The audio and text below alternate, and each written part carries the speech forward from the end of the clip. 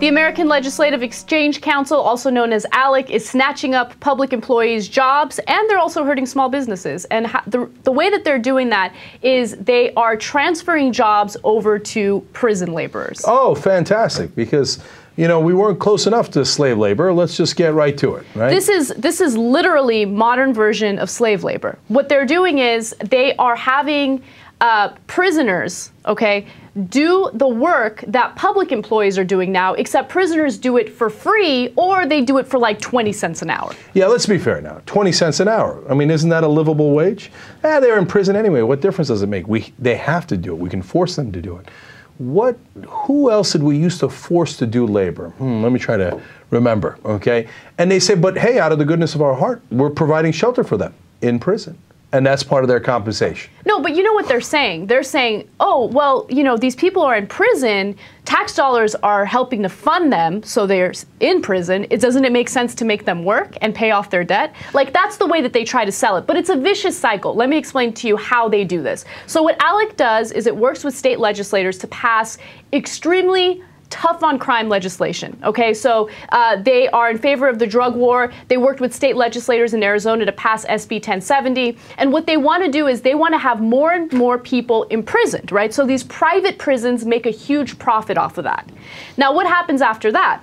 Since so many people are in jail, states accumulate huge deficits, right? So since they have these deficits, what do they need to do? They need to find a way to pay for it. And a good way to save money is to stop paying public employees and have these prisoners do the same jobs for free, or essentially no money at all, like 20 cents to $1 an hour.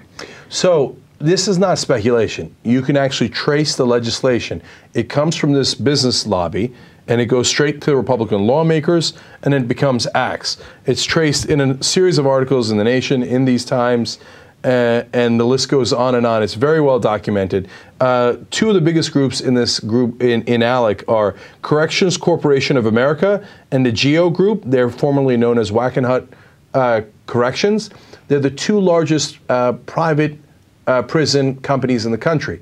And what they do is they do things like the Prison Industries Act, and they have the Republicans pass it. So what it does is it creates more and more prisons for these private prisoners for these private prisons. For example, they wrote SB 1070 in Arizona, the one that would make it illegal not to have your papers with you. Right. The famous case in Arizona where they're going to ask everybody for their papers, and of course these two corporations will benefit greatly from it because you'll have much more prisoners, and they're the ones who wrote it. So now this is a great crime, basically, in our system, because our system has been so corrupted that these private companies simply buy the politicians. They get them to pass any laws that they like. They create more prisoners, and then they turn around, profit off the prisoners, and then make them do nearly slave labor and profit off of that as well. Just to give you some more information on this, right now in Arizona, what they're trying to do is build more fences along the border, right? And one way that they're doing that is they're having prisoners do it for free. Right. Now, just think about that for a second, Legislators in Arizona passed SB 1070, so Mexicans get imprisoned, and then those same Mexicans are used to build fences for the borders for virtually no money.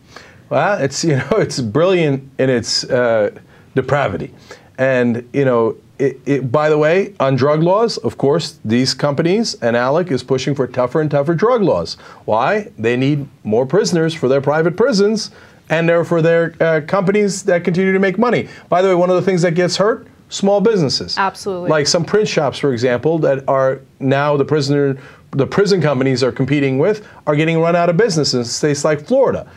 Because they're small business. They can't keep up with this large business, which has bought the government and allowed them to have an advantage where their workers get paid 20 cents an hour. How in the world could you compete with that? We're worried about competing with China? Are you kidding me? You can't compete with the prison companies. And that's another thing that I found fascinating. ALEC's response to all of this is what? At least we're not outsourcing jobs. Yeah, well, they're literally insourcing them. They put them inside prisons where they can't move at all and make them work for them. No, I mean, this is capitalism gone wrong. This is the worst parts of capitalism on steroids. Look, this can be prevented. It doesn't mean capitalism is wrong. The main thing you have to prevent is corporations buying politicians.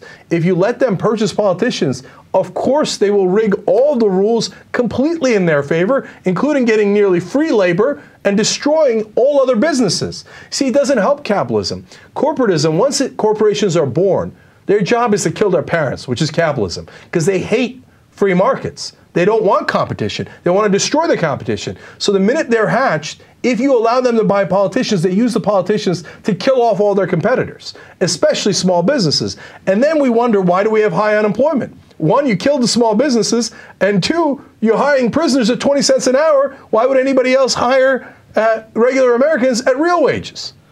Exactly.